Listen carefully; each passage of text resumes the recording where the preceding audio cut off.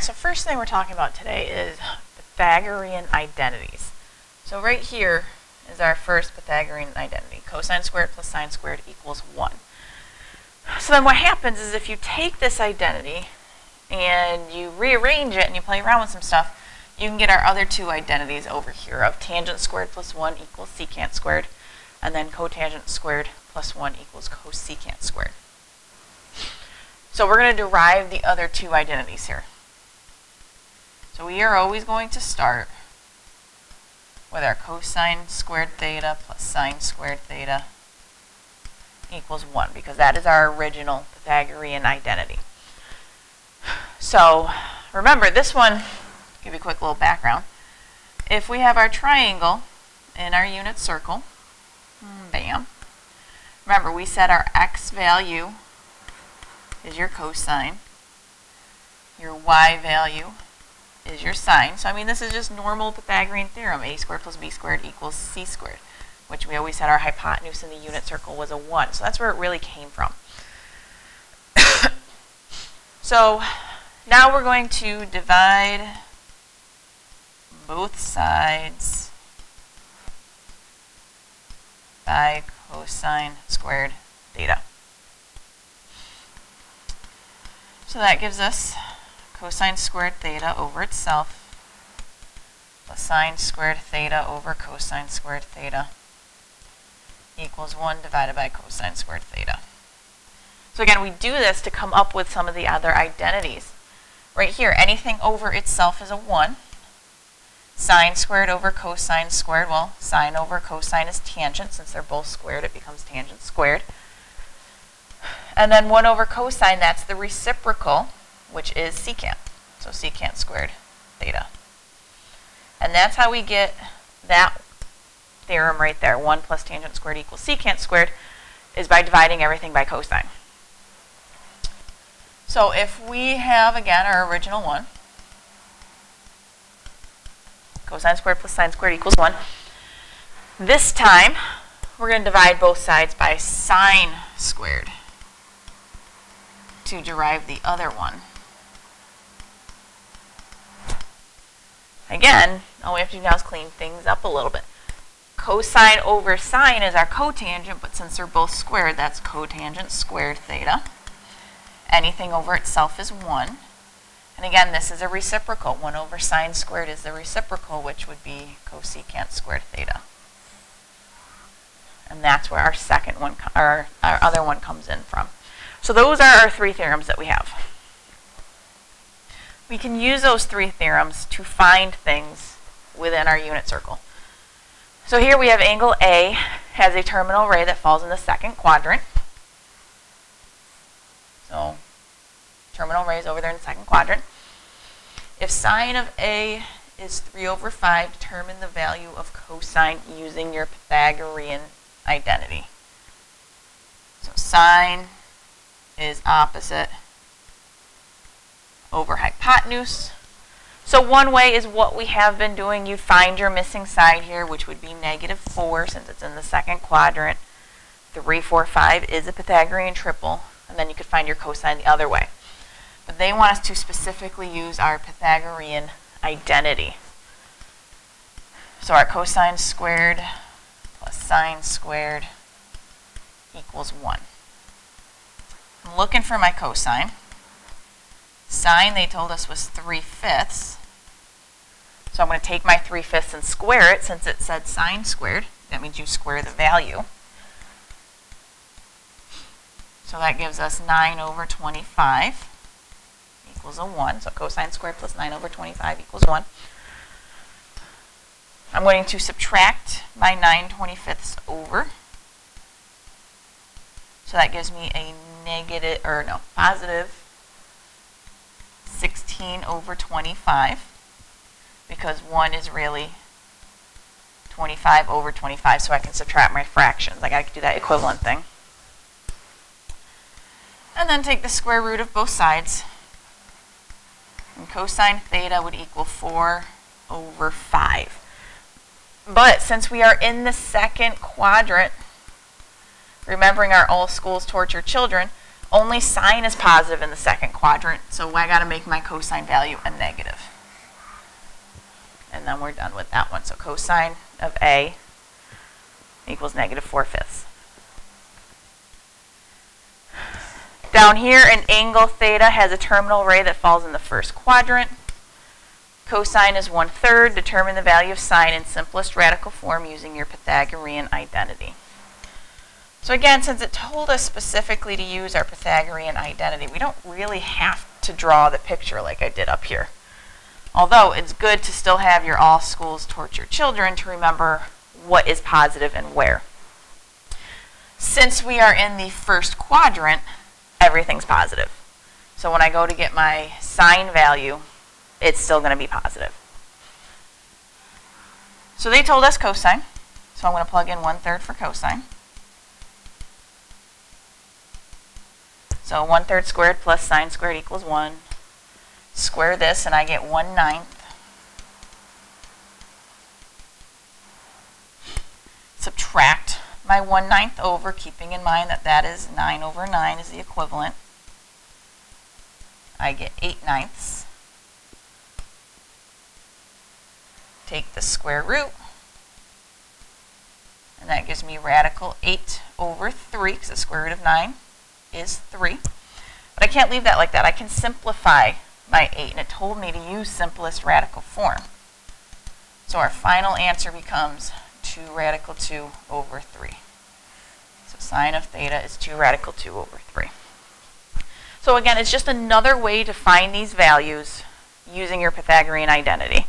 You don't have to do this way if you don't like it, unless they specifically say using your Pythagorean identity, then you have to do it this way. All right, let's move on to our next page.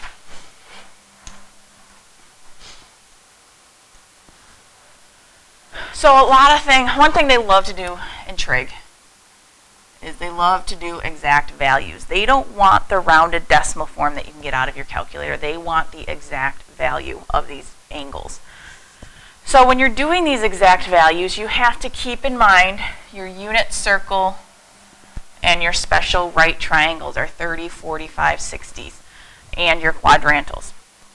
So when they're asking you for exact value, what you should be thinking about in your head is kind of making your little tables like we had before. 30, 45, 60 degrees,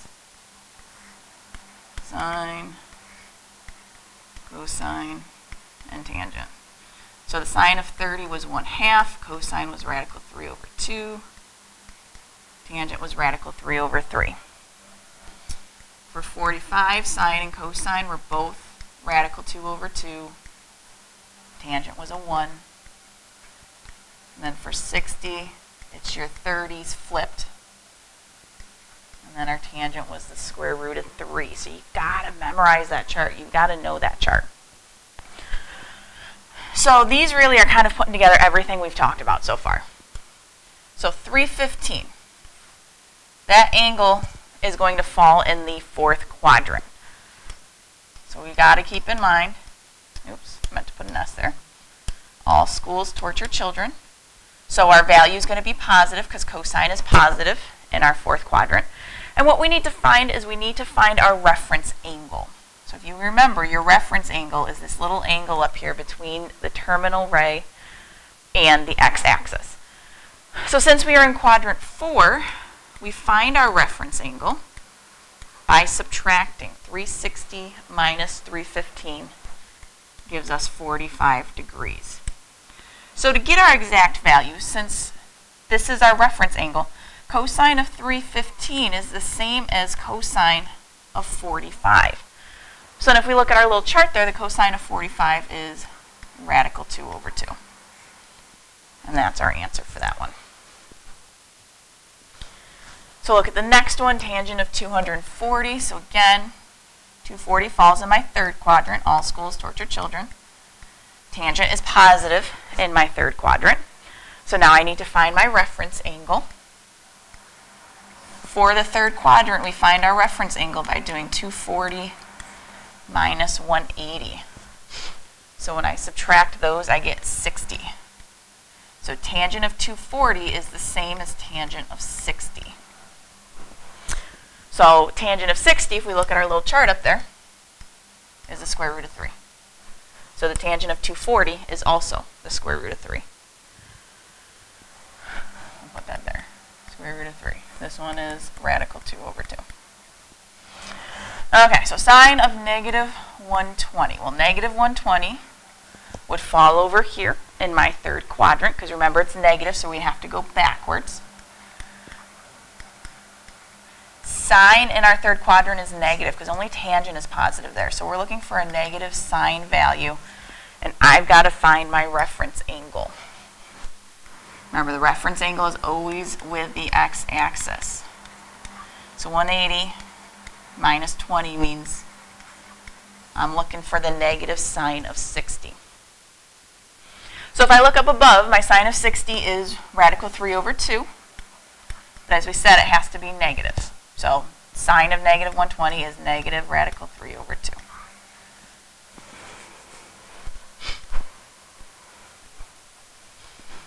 So let's take a look at the next one.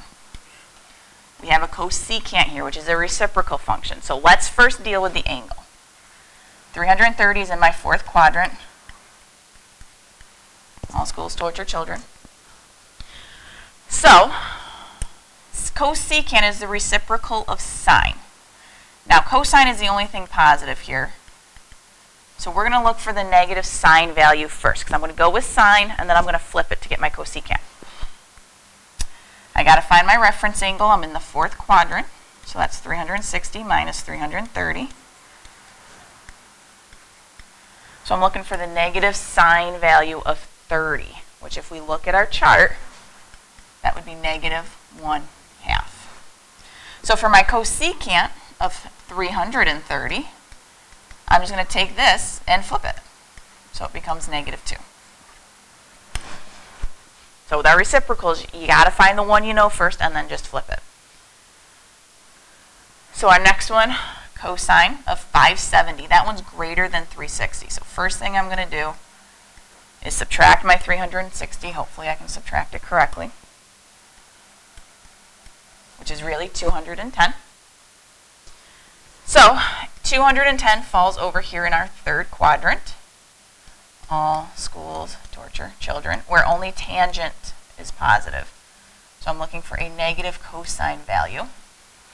Have to get my reference angle next.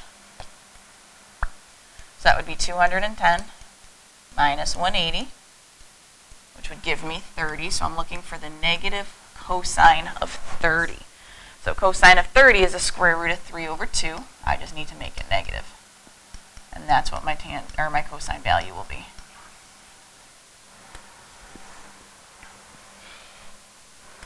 Well, then here we got another reciprocal. We got a secant value, which is the reciprocal of cosine. So I know I got to find cosine first.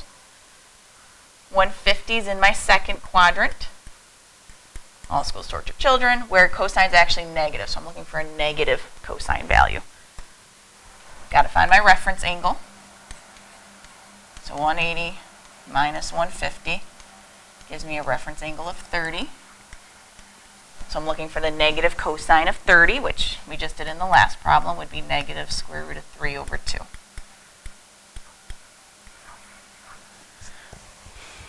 And there we go. No, that's not where we go. Seeing if you guys were just paying attention. That's my cosine value, but is that my secant value? No, that's not my secant value. I need to flip this. So if I flip, oh, still on the eraser. If I flip this, I'd get negative 2 over the square root of 3, which we can't leave. So I've got to multiply top and bottom by the square root of 3. So that gives me negative 2 radical 3 over 3. That is our cosecant value. Our secant value. All right, so those are our exact values. It's actually pretty easy when you get used to it. So what if it's not a special angle? If it's not a special angle, generally you just have to rewrite it as in terms of what they call as a function of a positive acute angle. So what that means is when they say function, that means you're using sine, cosine, or tangent.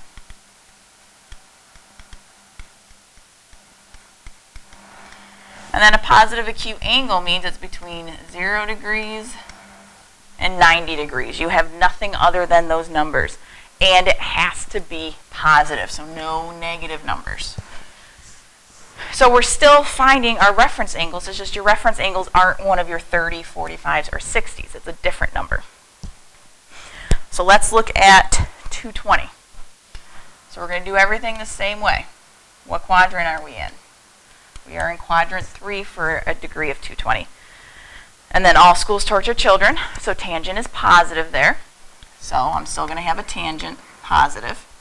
Now we just need to find our reference angle. Since I am in the third quadrant, I got to do the angle minus 180. When I subtract those, I get 32. So this, as a function of a positive acute angle, would be tangent of 32. So you're doing the same reference angle stuff. As I said, you just can't actually find the value because it's not one of the ones that we have memorized. So 118 falls in quadrant 2. Quadrant 2 is positive for sine, so I need a negative cosine value. That can be negative. Your angle is what cannot be negative. So now I got to find my reference angle. Since I'm in quadrant 2, that means it's 180 minus your angle of 118, which would give me a 62. So negative cosine of 62 would be our function as a positive acute angle.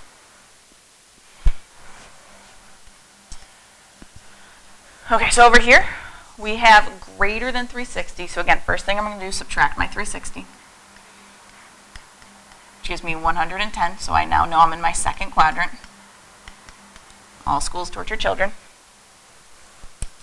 Cosecant is the reciprocal of sine, so it is positive wherever sine is positive. Whoops.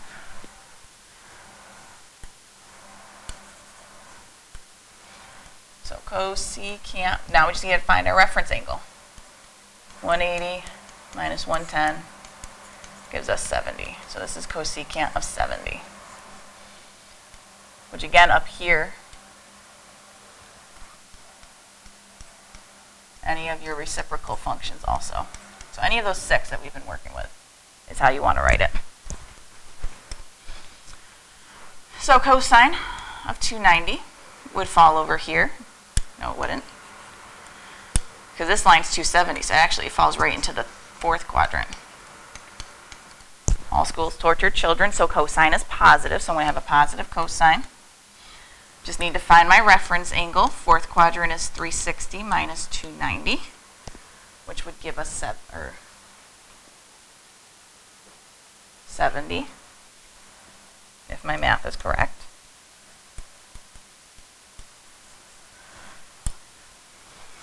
So we got cosine of 70 for that one.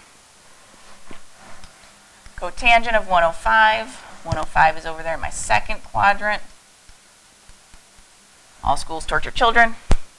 Tells me that quadrant 2 is for sine or cosecant, not cotangent. So I'm going to have a negative cotangent value. So now I just have to get my reference angle. 180 minus 105 gives me 75. So negative cotangent of 75. And then negative 210 is going to be in quadrant 2 because, again, I'm going backwards. So sine value is positive in quadrant 2, so I'm going to have sine. Now I got to find my reference angle. So 210 minus 180 gives me a reference angle of 30. So sine of 30. Now that one you could actually figure out the value for, but the directions didn't tell you that. The directions just said write the function, write it as a function of a positive acute value, which would be that. Okay, last page in our notes. At least I believe it's it's our last page. So here we're finding the angles that satisfy 0 is less than theta, which is less than or equal to 360. So we're trying to find an angle between 0 and 360 that meets the qualifications that they've given us here. So what we have to do is we kind of have to go backwards, figure out what we know. Up here, I'm going to only write this once. All schools torture children. So I have a negative cosine value, which means I'm either in quadrant 2 or quadrant 3. That is where my cosine is negative. So then we have to think about, okay, what reference angle are we using? Cosine of radical 3 over 2 is a reference angle of 30. Again, we're still using that 30, 60, 45 table that we had before. So, to work backwards in quadrant 2 to get my angle, I would do 180 minus 30. So that gives me 150. So the angle could be 150. Or, if I'm in quadrant 3, I'm going to do 180 plus my reference angle. It would give me 210. So again, we're kind of having to work backwards here. So 150 or 210 is what the angle could be. So let's take a look at the next one. So sine of 1/2. Well, that one I know right away. It's going to give me a reference angle of 30. But we are in quadrant 1 or we are in quadrant 2, because that is where our sine values are positive.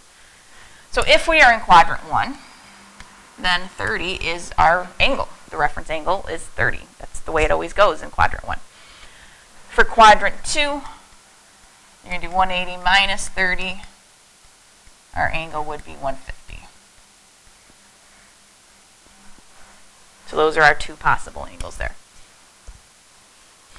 Next one, we've got tangent theta equals square root of 3 over 3. Tangent is positive in quadrants 1 and quadrant 3, so we are either in 1 or 3. Our reference angle for this would be 30. So again, if we're in quadrant 1 and our reference angle is 30, then 30 is one of our angles. For quadrant 3, we got to do 180 plus our reference angle.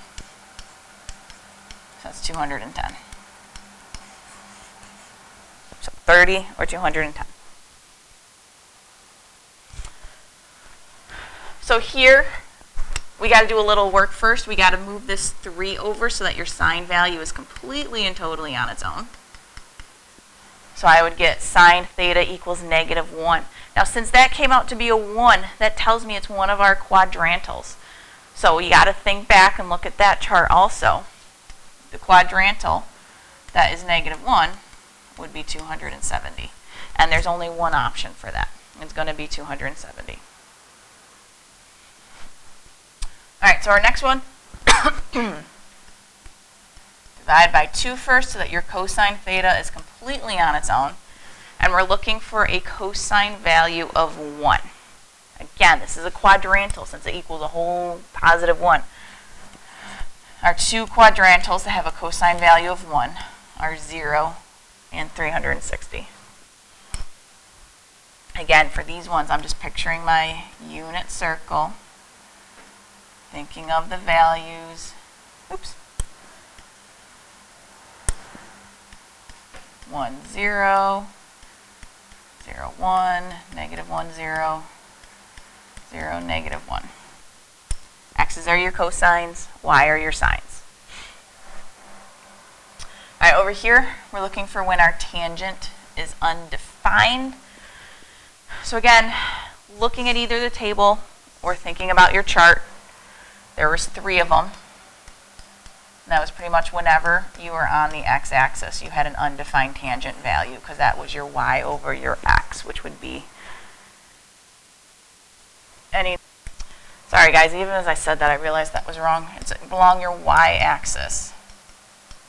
Those are your ones where your tangent is undefined. Because again, it's your y over your x. So if I took these, y over x, that's undefined. You can't do that. If I take this one, y over x, it's undefined. You can't do that. So it's along your y-axis is when your tangent value is undefined. All right, last couple ones. So now these ones are looking for the angles only between 0 and 90. So between 0 and 90, that means it's your reference angle. So pretty much all we're looking for here is your reference angle. So if we have a sine of radical 2 over 2, our angle is 45. Cosine value of 1/2 would be 60. Tangent value of 1 would be 45. So those ones are a little easier because it narrows it down. You don't have many options. You're in quadrant 1 looking for your reference angle.